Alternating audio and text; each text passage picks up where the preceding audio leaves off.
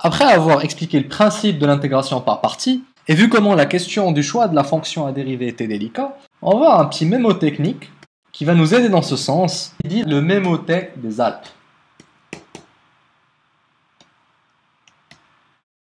En fait, dans Alpes, qui n'est qu'un moyen mémotechnique de se souvenir d'un ordre de dérivation dans l'intégration par partie, le A veut dire les arcs, arc tangente, arc sin, arc cos, etc. Le L, c'est pour les fonctions logarithmiques, le P va pour les polynômes, mais aussi pour les quotients de deux polynômes, les fractions rationnelles, le E pour les exponentielles, et le S pour les fonctions sinusoïdales, donc sinus, cosinus, mais aussi leur version hyperbolique. Cosinus hyperbolique, sinus hyperbolique. Et l'idée de ce mémotechnique est de se rappeler qu'on va toujours chercher à dériver en premier ce qui se trouve à gauche, donc là la priorité pour la dérivation, dans le sens où si on a une fonction arc quelque chose et un polynôme, on va chercher d'abord à dériver la fonction arc plutôt que le polynôme. Donc si par exemple on a une intégrale où il y a de l'arc tangente et du polynôme par exemple, et qu'on hésite à affecter le choix du f' et du g, on se rappelle que c'est le g qui va être dérivé et le f' qui va être primitivé,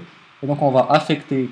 ainsi des inconnus de telle sorte à avoir fg, des inconnus de telle sorte à avoir fg moins l'intégrale de f g', et dans ce cas-là g' ça va être dérivé de l'arc tangente, pendant que f ça va être la primitive de 3x carré, c'est-à-dire x cube.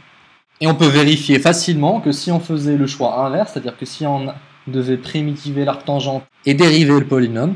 on s'en sortirait pas du premier coup avec une intégration par partie. Parce que la primitive d'arc tangente n'est pas très facile à manipuler.